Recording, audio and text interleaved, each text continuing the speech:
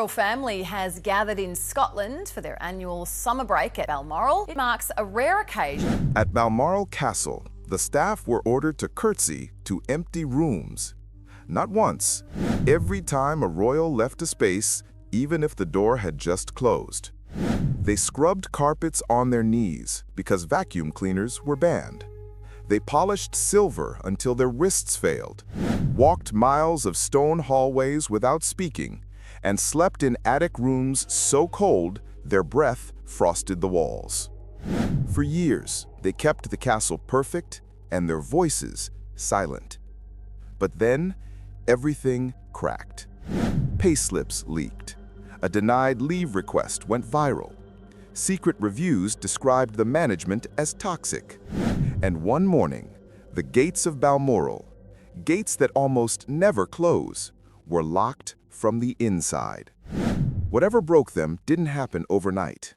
It started with a rule no one dared to question and ended with a walkout the royal family never saw coming. They didn't call it a rule. It was simply what's done. The moment a royal stepped out of a room, no matter how recently, the maid who entered after them had to stop, lower her head, and curtsy to the empty space. It didn't matter if the prince was 5 seconds down the hall or halfway across the estate. The curtsy wasn't for the person, it was for the idea of them. New staff didn't believe it at first. Some thought it was a joke passed down to test beginners. But on their first day inside Balmoral, they saw it happen again and again. Curtsies to vacant chairs, curtsies to closing doors, curtsies to silence. One maid later said it felt like bowing to ghosts, but no one laughed, not if they wanted to keep their job. That rule lived quietly beside dozens of others. Talking was forbidden unless a royal addressed you first. If you heard a private conversation by accident, you pretended you didn't.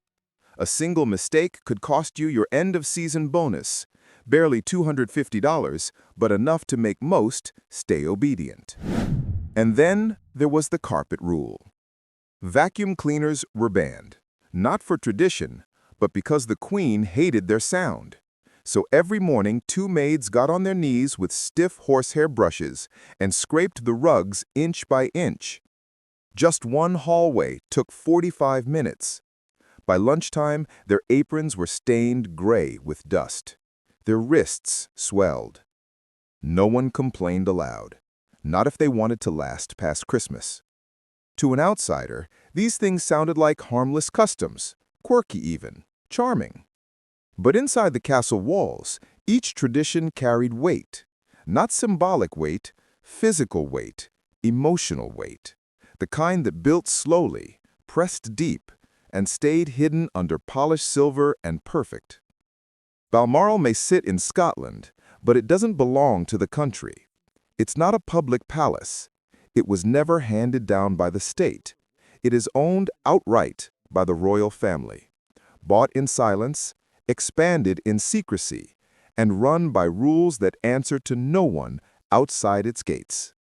It started with a surprise purchase. In 1852, Prince Albert quietly sent the equivalent of $4.4 million today to buy the old Balmoral estate after spotting a damp advertisement. He didn't even tell Queen Victoria until the deal was done.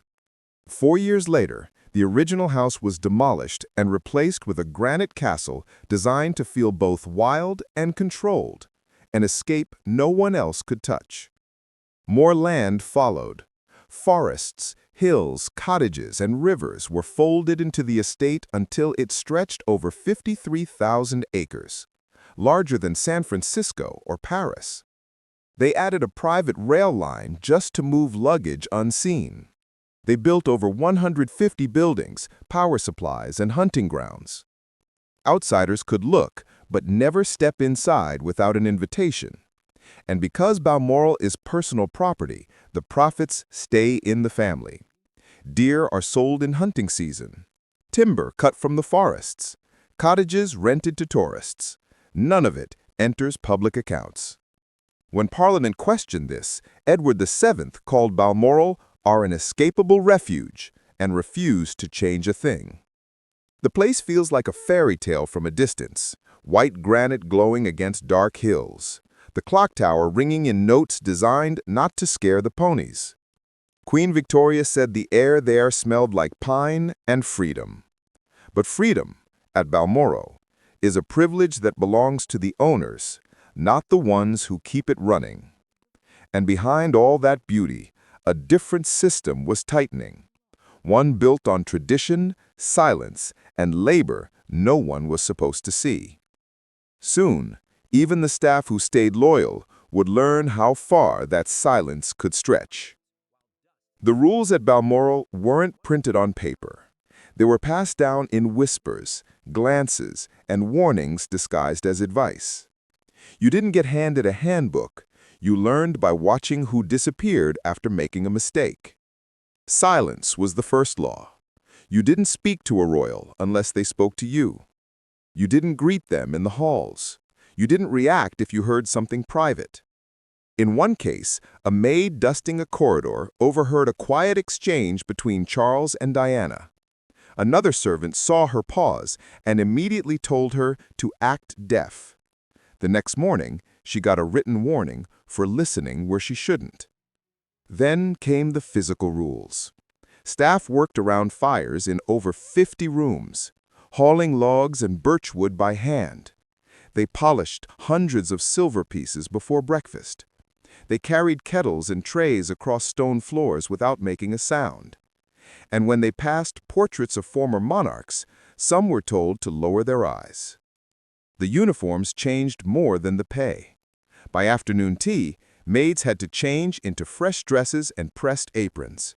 If a sleeve had a wrinkle, they were sent back upstairs to fix it and lost their break. A chipped nail or scuffed shoe could show up in an end-of-season report. And then there was the carpet rule. Vacuum cleaners were banned, not for tradition, but because the Queen hated their sound.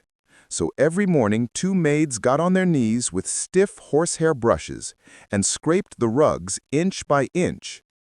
Just one hallway took 45 minutes. By lunchtime, their aprons were stained gray with dust. Their wrists swelled. No one complained aloud, not if they wanted to last past Christmas. The day didn't start with sunlight. It started with silver. At 6 in the morning, the youngest maids made their way to the oldest kitchen, where over 200 pieces of cutlery and serving trays waited to be polished before breakfast. No one spoke. The sound of cloth against metal was the only permission they had. By 8, breakfast was served, and the quiet balancing act began. Kettles, teapots, and china were carried through long, narrow corridors so the royal dogs wouldn't wake. Some maids walked those hallways for miles every day without saying a word. They learned to communicate with hand signals, pointing, nodding, tapping trays, because speaking to each other in earshot of a guest could end in a warning. Lunch meant peeling 18 kilos of potatoes in a back room with no windows. After that, uniforms had to be swapped again. The afternoon brought tea at 4, followed by cleaning mud from dozens of hunting boots left outside the service doors. By the time evening fires were stoked in all the rooms, wrists were sore from polishing, knees ached from scrubbing, and backs burned from lifting wood. Still, the bedrooms of guests and royals had to be checked again before bed. Pillows fluffed, rugs straightened, curtains pulled just so. Most staff climbed to attic beds close to 9:45 p.m. These weren't cozy quarters. Until the mid-1990s, the rooms could drop to 4 degrees at night. Hot water ran for 30 minutes in the morning, if the pipes weren't frozen. Some slept with coats over their blankets. Others wrapped scarves around their hands so their fingers wouldn't stiffen before morning polishing. There were no complaints, out loud at least.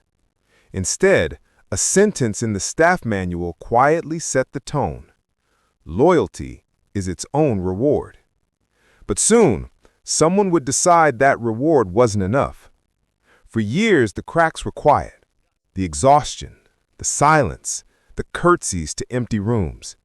But what staff could never say out loud eventually showed up on paper. And that's where everything started to slip. In the early 1980s, a new housemaid at Balmoral earned about $18,000 a year before tax. That was barely $4,000 more than an average British worker, but she worked 60 hours a week and lived on site full time. It took 3 years just to rise to first housemaid, and even then, the pay only climbed to around $21,500. Male gamekeepers made $26,000 in the same era. The women doing the longest hours made the least. Overtime rarely existed. Some seasons, it was never recorded at all. Breaks could be taken away if a task wasn't finished in time. One maid said missing a dust spot on a frame meant losing tea break entirely. Fast forward to recent years, wages hovered at £10.90 an hour, less than the real living wage. Meanwhile, the sovereign grant rose to nearly $86 million, up 41% in a decade. The staff's pay? Up barely 6%. Then came the first leak. In October 2024, anonymous payroll files surfaced online.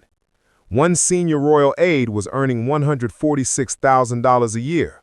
A maid, $19,500, and she still had to share a room. The pay gap was over 7 times. It got worse. Reports showed that only 7% of the estate's earnings went to wages. Even as tourism income rose 22% after the Queen's death. Experts said it would just take $187,000 a year to raise workers' pay to a fair level, less than the cost of resurfacing the private helipad. Inside the castle walls, people stopped pretending the math was fair. But numbers don't just reveal problems, they trigger consequences. And the first consequence didn't come from inside the castle. It came from a single voice that broke the silence. Inside Balmoral, silence wasn't a suggestion. It was policy. Unwritten, enforced, and permanent. Every staff member signed secrecy agreements. Some were tied to the Official Secrets Act. Break them, and you didn't just lose your job. You risked being sued for 6 figures. But sooner or later, someone always talks. In 1988, a young maid who'd worked just 8 weeks sold her story to a French magazine. She was paid the equivalent of $10,000, more than she would have earned in 8 years inside the castle. She didn't share scandals. She talked about daily routines, private dinners, dogs sleeping near royal bedrooms, and a dinner guest who accidentally drank from a finger bowl. What made headlines wasn't the details. It was the fact that someone had spoken at all. The royal household reacted like a wound had opened. Every one of the 348 staff from that season was investigated. Security systems were changed overnight. Background checks tightened. Lifelong silence contracts became normal, not exceptional. Others followed and paid the price. Stephen Barry, Prince Charles's former valet, wrote a book in 1983. He earned half of what a London bus driver made despite being on call day and night. He was fired within months. Marion Crawford, the former governess to Princess Elizabeth and Princess Margaret, published gentle childhood stories in 1950. The Queen Mother never spoke to her again. Crawford lost her cottage and died under a false name. No royal attended her funeral. Paul Burrell, Diana's trusted servant, was raided by police and accused of theft. The case only collapsed when the Queen intervened. Even those who had permission weren't safe. In 2019, Angela Kelly, the Queen's dresser, published a light memoir with royal approval. It still caused backlash. Some said she revealed too much by saying nothing scandalous at all. By the 2000s, one rule was clear. Inside a place built on secrets, truth didn't need to be dangerous to be punished. And for the first time, fear alone wasn't enough to keep everyone quiet. The next crack wouldn't come from the past, it would come from a place no one inside could control. The pressure didn't stay inside the castle walls. It spread across every royal estate, especially the one King Charles cared most about, Highgrove. On the surface, it looked like a dream. perfect hedges, themed gardens, royal tours, and photos with sunlight cutting through greenery. But behind the scenes, the work was quiet, brutal, and non-stop. Out of a gardening team of 12, 11 quit in less than 2 years. Their workdays stretched past 60 hours a week, covering 15 acres visited by nearly 40,000 people a year.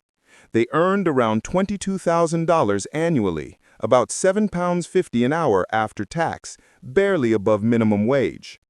It all snapped on July 5, 2025. One gardener tore his shoulder lifting 180 kilograms of compost alone. Instead of proper sick pay, he was pushed onto basic government benefits worth £116 a week. 9 days later, the rest of the team walked out together. Only one gardener stayed.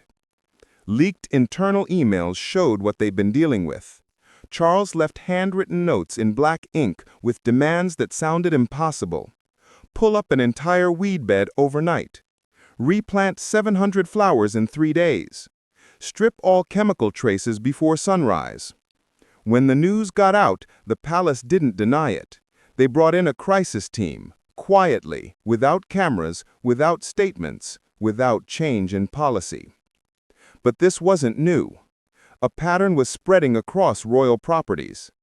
At Balmoral, the gardening staff faced the same pressure. No tractors, everything by hand. Rain barrels instead of hoses. 90 wheelbarrow trips a day just to keep up. Almost every senior gardener across the estates quit between 2022 and 2025. The official reason? Staff restructuring. But the real reason was simpler. The silence that once kept people in place wasn't working anymore. And what happened next wasn't a slow burn, it was a collapse, the kind you could see from the gates. It didn't happen with an announcement, it happened with a padlock. On the morning of August 4th, 2025, the public road to Balmoral was suddenly closed. The official statement blamed Storm Flores, with winds reaching 90 miles per hour. But inside the castle walls, everyone knew the real reason. The staff had already walked out the night before. Almost 2/3 of the room attendants were gone. They hadn't staged a protest. They hadn't called the press. They simply refused to sleep on the floors any longer. Floors inside huts with broken roofs, drafty walls, and no heating. Tourists were turned away for the first time since the foot-and-mouth crisis in 2001. Locals knew it wasn't the weather. It was the breaking point. This didn't happen out of nowhere. In 2024, maids started quietly posting online about what was really happening. Some were ordered to clean 12 royal suites before lunchtime, each one filled with antiques, chandeliers, and tartan-covered furniture that had to look untouched. One maid said if Camilla's room wasn't finished in 55 minutes, her lunch break disappeared. They were being paid £10.90 an hour, less than many hotel cleaners made in nearby towns. And so they left, one by one at first, then in groups. Even Queen Victoria wrote in 1865 that she was always short of housemaids. What she called a nuisance has now become a crisis. And while the maids were leaving upstairs, another storm was brewing outside. Online, in silence, and in the shadows the royal family never thought would leak. Because one departure didn't just break a routine, it forced the castle to face something it hadn't dealt with in generations. A future where the staff no longer feared walking away. And then came the moment no one expected. From inside the walls, a name, a story, and a tiny spark that lit everything on fire. For outsiders, Balmoral still looked like a fairy tale. Fires lit in every sitting room, bagpipes at dawn, horses saddled before breakfast, and once a year, the moment that made everything seem equal, the Gillies Ball. In 1858, royals and workers gathered in the castle's ballroom for one night of music and dancing. The king or queen opened the floor with a member of staff. Even a dishwasher could dance with a prince. Princess Diana once said it felt like a prom mixed with Downton Abbey. But even the ball had ranks. Invitations with gold edges meant you were closer to the family. Plain ones meant you were part of the service. If you didn't get one at all, you stayed in your room and listened to the music through the ceiling. At midnight, the royals left. Staff formed 2 lines and bowed or curtsied in silence as they walked out. The next morning, everything went back to the rules. Work before sunrise, silence in the corridors, and no acknowledgement of what happened the night before. In 1991, a young footman sold a story about a barefoot dance and lost his job within hours. Since then, cameras have been banned. Even phones had to stay in locked boxes during the event. No photos, no videos, no proof. And yet, workers still looked forward to it. For one night, they could call the king by his first name. For one dance, the silence broke, carefully, briefly, and only in the ballroom. But by the time the ball returned in the 2020s, the mood had changed. The dancing was still there, the tartans still twirled, but staff were leaving faster than invitations could be sent. Some said the music covered the cracks. Others said it exposed them. And then winter came, and the tradition that once softened the rules couldn't stop what was next. Because the real reason they left wasn't about one night, it was every day after. In the end, it wasn't one curtsy, one rule, or one bad season that made them leave.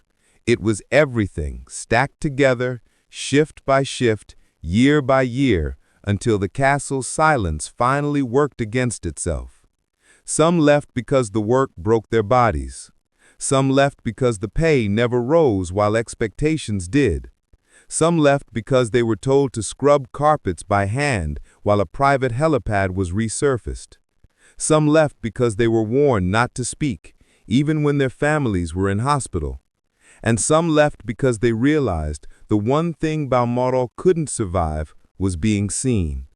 When the Heather Glenn story spread across forums in 2023, the maid who was denied leave to see her mother just to starch Princess Kate's linens, people outside the estate started asking questions.